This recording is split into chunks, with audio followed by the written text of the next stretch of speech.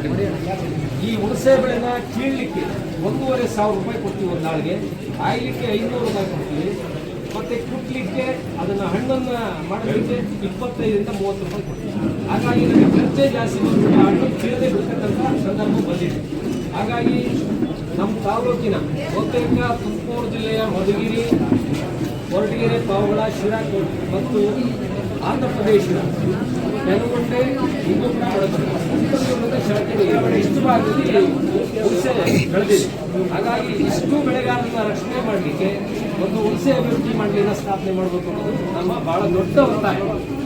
ಆಮೇಲೆ ಹುಣಸೆ ಬೆಳೆಗಾರರಿಗೆ ಫಸಲ್ ಬಿಮಾ ಯೋಜನೆ ಅಡಿಯಲ್ಲಿ ಸೇರಿಸಬೇಕು ಮತ್ತು MSPನ ಡಿಕ್ಲೇರ್ ಮಾಡಬೇಕು ಅನ್ನೋದು ನಮ್ಮ ಒತ್ತಾಯ. ಎರಡನೇ ವಿಚಾರ, ಹತ್ತಿ ಬೆಳೆಗಾರರು ಸುಮಾರು 2,000ಕ್ಕೂ ಹೆಚ್ಚು ಕುಟುಂಬಗಳು ಹತ್ತಿ ಬೆಳೀತಾ ಇದ್ದಾರೆ.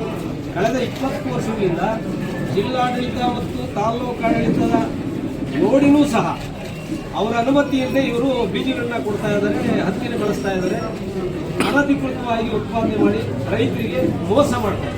ಯಾವ ರೀತಿ ಮೋಸ ಅಂದ್ರೆ, ಹತ್ತಿ ತೂಗಬೇಕಾದ್ರೆ 1 ಕ್ವಿಂಟಾಲ್ 7 kg ತೂಗ್ತಾ ಇದ್ದಾರೆ, ಬೀಜ ತೂಗಬೇಕಾದ್ರೆ 1 ಕ್ವಿಂಟಾಲ್ 7 kg ತೂಗ್ತಾ ಇದ್ದಾರೆ, ಮತ್ತೆ ಜಿನ್ನಿಂಗ್ ಬೀಜನ 1 ಕ್ವಿಂಟಾಲ್ಗೆ 200 ಹೆಚ್ಚಿಗೆ ತೂಗ್ತಾರೆ. ಟೋಟಲಿ 5 ಕೋಟಿ ರೂಪಾಯಿ. ನನಗೆ ಕೃಷಿ ಇಲಾಖೆ ಅಂಕಿಅಂಶ ಕೊಟ್ಟ ಪ್ರಕಾರ 5 ಕೋಟಿ ರೂಪಾಯಿ ದೋಖ ಆಗಿದೆ ಮಧುಗಿರಿ ತಾಲೂಕಿನ ಬೆಳೆಗಾರರಿಗೆ. ಅದರಲ್ಲೂ ಶಿರಾ ತಾಲೂಕು ನಮಗೆ 4 ಪಟ್ಟು ಬೆಳೀತಾರೆ. ಅವರಿಗೆ ಬಹಳ ದೊಡ್ಡ ಮೋಸ. ನಾವು ಹಿಂದಿನ ವರ್ಷ 7ನೇ ತಿಂಗಳಲ್ಲಿ ತಾವು ಒಂದು ಸಭೆಯನ್ನು ಮಾಡಿದ್ದೀವಿ. ಸಭೆಯಲ್ಲಿ ಕೆಲವು ಸಭಾ ನಿರ್ಣಯಗಳನ್ನು ಮಾಡಿದ್ದೀವಿ. ಅದನ್ನು ಅಮೆಂಡ್ ಮಾಡೋದಕ್ಕೆ SCMನ ಜಾರಿ ಮಾಡಿಸಬೇಕು ಅಂತೇಳಿ CDAC ಪಾಲಿಸಿನ ಸರ್ಕಾರಕ್ಕೆ ತಾವು ಕಳಿಸಿದ್ರು. ಅದನ್ನು ಕೃಷಿ ಇಲಾಖೆಗೆ ನಾನು ಬೇಡ್ಕೊಂಡಿದ್ದೀನಿ 2-3 ಬಾರಿ ಹೋಗಿ. ಮಾರುಕಟ್ಟೆ ಡೆಪ್ಯೂಟಿ ಕೇಳ್ಕೊಂಡಿದ್ದೀವಿ, ಮತ್ತೆ ತೂಕ ಮತ್ತು ಅಳತೆ ಕಚೇರಿಗೆ ಹೇಳಿದ್ವಿ. ಯಾರೂ ಸಭೆ ಮಾಡಿಲ್ಲ. ನಮ್ಮ ರೈತರಿಗೆ ಯಾವ ಇಲಾಖೆಯವರು ಬಂದಿಲ್ಲ. ಆ ಕಾರಣ ತುರ್ತಾಗಿ ರೈತರಿಗೆ ಆಗಿರ್ತಕ್ಕಂಥ ಮೋಸನ ತಪ್ಪಿಸಬೇಕು. ಏನೀಗ ಅತಿ ಹೆಚ್ಚುವರಿ ಆಗ್ತಿರ್ತಕ್ಕಂಥ ಚೀಟಿ ಕೊಟ್ಟಿದ್ದಾರೆ. ಅವರು 7 kg ಎಚ್ಚರಿಕೊಂಡಿದ್ದೀವಿ, 7 kg ಬೀಜದ ಎಚ್ಚರಿಕೊಂಡಿದ್ದೀವಿ ಅಂತ ಹೇಳಿದ್ದಾರೆ. ಆ ಚೀಟಿಗಳನ್ನೇ ತಾವು ಮಾನದಂಡ ತಗೊಂಡು ಆ ದುಡ್ಡನ್ನು ವಾಪಸ್ ಕೊಡಿಸ್ಬೇಕು ಅನ್ನೋದು ಬಹಳ ಪ್ರಮುಖವಾದಂಥ ಒತ್ತಾಯ. ಆಮೇಲೆ ಅಗ್ರಿಮೆಂಟ್ಗಳು ಕೊಡಿಸ್ಬೇಕು. ವಿತೌಟ್ ಅಗ್ರಿಮೆಂಟ್ ನಾವು ರೈತರು ಬೆಳೆದ್ರೆ ತಪ್ಪಾಗುತ್ತೆ. ಆ ಕಾರಣಕ್ಕೆ ತಾವು ತಮಗೆಲ್ಲ ಗೊತ್ತಿದೆ, ಮತ್ತೊಂದು ಮೀಟಿಂಗ್ ತಾವು ಕರಿಬೇಕು. JD ಮತ್ತು DD ಅವರ ತಮ್ಮ ಅಧ್ಯಕ್ಷತೆಯಲ್ಲಿ ಅವ್ರನ್ನ ಕರೆದು ತಾವು ಈ ಸಮಸ್ಯೆನ ಬಗೆಹರಿಸಬೇಕು. ಎರಡನೇದು. ಮೂರನೇದು, ನಮ್ಮ ಪ್ರದೇಶದಲ್ಲಿ ಸಿರಿಧಾನ್ಯಗಳು, ದ್ವಿದಳ ಧಾನ್ಯಗಳು, ಶೇಂಗಾ ಜಾಸ್ತಿ ಬೆಳೀತಾ ಇದ್ವಿ. ಈಗ ಮಳೆ ಆಗೋದ್ರಿಂದ ಸಂಪೂರ್ಣ ನಾಶ ಆಗಿದೆ, ಬೆಳೆ ಬಿಟ್ಟಿದ್ದೀವಿ. ಈಗ ನಮಗೆ ಪ್ರಮುಖವಾದ ಬೆಳೆ ಅಂದರೆ ಹತ್ತಿ ಒಂದು, ಬೇರೆ ಇನ್ನೇನೂ ಇಲ್ಲ.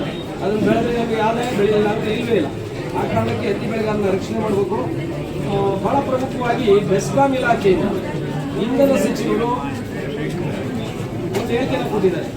ಯಾರು ಅಕ್ರಮ ಸಕ್ರಮವಾಗಿ ಒಳ್ಳೆ ಬಾವಿಯನ್ನು ಕುಡಿಸಿ ಅಕ್ರಮವಾಗಿ ನೀವು ಸಂಪರ್ಕ ಪಡೆದಿದ್ದೀರಿ, 3 ತಿಂಗಳೊಳಗೆ ತಾವು ಅಧಿಕೃತವಾಗಿ ಲೈನು, ಕಲ್ವಾ ವೈರು, ಟ್ರಾನ್ಸ್ಫಾರ್ಮರ್ಗಳನ್ನು ಅಳವಡಿಸಿಕೊಂಡು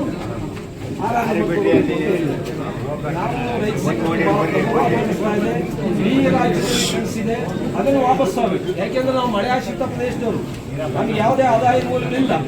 ತುಮಕೂರು ಜಿಲ್ಲೆ 4 ತಾಲೂಕುಗಳಿಗೆ ವಿಶೇಷವಾದಂಥ ಆದ್ಯತೆಯನ್ನು ನೀಡಬೇಕು. ಶಿರಾದಲ್ಲೂ ಬಯಲುಸೀಮೆ ಪ್ರದೇಶ, ಪಾವಗಡ, ಮಧುಗಿರಿ, ಕೊರಟಗೆರೆ 4ಕ್ಕೂ ವಿಶೇಷವಾದ ಆದ್ಯತೆಯನ್ನು ನೀಡಬೇಕು. ವಿಶೇಷವಾದ ಅನುದಾನವನ್ನು ಸಹ ಸರ್ಕಾರ ಬಿಡುಗಡೆ ಮಾಡಬೇಕು ಅನ್ನೋದು ನಮ್ಮ ಒತ್ತಾಯ.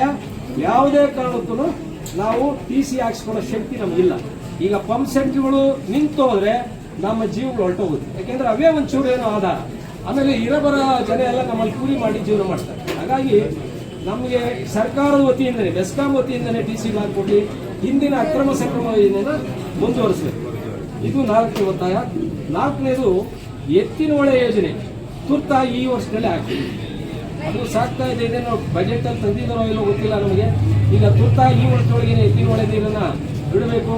ನಾವು ಹೇಮಾವತಿ ಮತ್ತು ಭದ್ರಾ ಜಲಾಶಯದ ಸುಮಾರು 50 TMC ನೀರು ಮಧುಗಿರಿ ಕೇಳೇ ಇಲ್ಲ. ಈ ಭಾಗದ ಶಾಸಕರು ಆ ಸಂದರ್ಭಗಳಲ್ಲಿ ಕೇಳೇ ಇಲ್ಲ. ನಾವು ಎಂತ ನಟದೃಷ್ಟರು ಅನ್ನೋದಕ್ಕೆ ಇದೊಂದೇ ಉದಾಹರಣೆ. ಹಾಗಾಗಿ ಎತ್ತಿನ ಹೊಳೆ ನೀರು ಏನು 3 TMC 0.84 TMC ಮಾತ್ರ ಒದಗಿಸಿ ಕೊಟ್ಟಿದ್ದಾರೆ. ಇದನ್ನು 2 TMC ಹೆಚ್ಚುವರಿ ಮಾಡಬೇಕು ಕೊರಟಗೆರೆಗೆ ಮತ್ತು ಮಧುಗಿರಿ. ಈಗಾಗಲೇ ಪಾವಗಡಕ್ಕೆ ಭದ್ರಾದು ಕೊಟ್ಟಿದ್ದಾರೆ, ಎತ್ತಿನ ಹೊಳೆದು ಕೊಟ್ಟಿದ್ದಾರೆ. ಶಿರಾಕ್ಕೆ ಹೇಮಾವತಿಗೂ ಕೊಟ್ಟಿದ್ದಾರೆ, ಎತ್ತಿನ ಹೊಳೆದು ಕೊಟ್ಟಿದ್ದಾರೆ. ಹಾಗಾಗಿ ಎತ್ತಿನ ಹೊಳೆ ಹೇಮಾವತಿ. ಹಾಗಾಗಿ ನಮಗೆ 2 TMC ನೀರಿನ ಹಂಚಿಕೆಯನ್ನು ಹೆಚ್ಚುವರಿ ಮಾಡಬೇಕು ಅಂತಕ್ಕಂಥದ್ದು ಮತ್ತೊಂದು ಒತ್ತಾಯ. ಎಲ್ಲಕ್ಕಿಂತ ಮುಖ್ಯವಾಗಿ ಮಧುಗಿರಿ ತಾಲೂಕು ಪಂಚಾಯಿತಿ ಸಭಾಂಗಣದಲ್ಲಿ ಜಿಲ್ಲಾಧಿಕಾರಿಗಳ ಜನಸಂಪರ್ಕ ಸಭೆ. ಅಧಿಕಾರಿಗಳಿಗೆ ಫುಲ್ ಕ್ಲಾಸ್ ಜನಸಂಪರ್ಕ ಸಭೆಯಲ್ಲಿ ಅಧಿಕಾರಿಗಳ ಲೋಪ ಕಂಡು ಜಿಲ್ಲಾಧಿಕಾರಿಗಳು ಗರಂ. ಮಧುಗಿರಿ ತಾಲೂಕು ಪಂಚಾಯಿತಿ ಸಭಾಂಗಣದಲ್ಲಿ ಜಿಲ್ಲಾಧಿಕಾರಿ ಶುಭ ಕಲ್ಯಾಣ್ ಅವರ ಅಧ್ಯಕ್ಷತೆಯಲ್ಲಿ ಜನಸಂಪರ್ಕ ಸಭೆ ನಡೆಯಿತು. ಸಭೆಯಲ್ಲಿ ವಿವಿಧ ಗ್ರಾಮಗಳಿಂದ ಬಂದ ಸಾರ್ವಜನಿಕರು ತಮ್ಮ ಸಮಸ್ಯೆಗಳ ಕುರಿತಾಗಿ ಅರ್ಜಿಗಳನ್ನು ಸಲ್ಲಿಸಿದರು. ಈ ಸಂದರ್ಭದಲ್ಲಿ ಸುಮಾರು 280ಕ್ಕೂ ಹೆಚ್ಚು ಅರ್ಜಿಗಳನ್ನು ಜಿಲ್ಲಾಧಿಕಾರಿಗಳು ಸ್ವೀಕರಿಸಿ ಹಲವು ಸಮಸ್ಯೆಗಳ ಬಗ್ಗೆ ಸ್ಥಳದಲ್ಲೇ ಅಧಿಕಾರಿಗಳಿಗೆ ಸ್ಪಷ್ಟ ಸೂಚನೆ ನೀಡಿದರು. ದೀರ್ಘಕಾಲದಿಂದ ವಿಲೇವಾರಿ ಆಗದೆ ಬಾಕಿ ಉಳಿದಿರುವ ಪಾವತಿ ಖಾತೆಗಳು ಮತ್ತು ದರ್ಖಾಸ್ ಅರ್ಜಿಗಳ ಬಗ್ಗೆ ಜಿಲ್ಲಾಧಿಕಾರಿಗಳು ತೀವ್ರ ಅಸಮಾಧಾನ ವ್ಯಕ್ತಪಡಿಸಿದರು. ಆರ್ಐ ಮತ್ತು ವಿಎ ಅಧಿಕಾರಿಗಳಿಗೆ ಜಿಲ್ಲಾಧಿಕಾರಿಗಳು ಕ್ಲಾಸ್ ತೆಗೆದುಕೊಂಡು ಜನರ ಕೆಲಸಗಳನ್ನು ವಿಳಂಬ ಮಾಡದೆ ತ್ವರಿತವಾಗಿ ವಿಲೇವಾರಿ ಮಾಡುವಂತೆ ಸೂಚಿಸಿದರು. ಕೆಲವು ವಿಚಾರಗಳಲ್ಲಿ ತಾಲೂಕು ತಹಶೀಲ್ದಾರ್ ಮೇಲೂ ಗರಂ ಆಗಿ ಜನರ ಸಮಸ್ಯೆಗಳಿಗೆ ತಕ್ಷಣ ಸ್ಪಂದಿಸುವಂತೆ ಸೂಚನೆ ನೀಡಿದರು.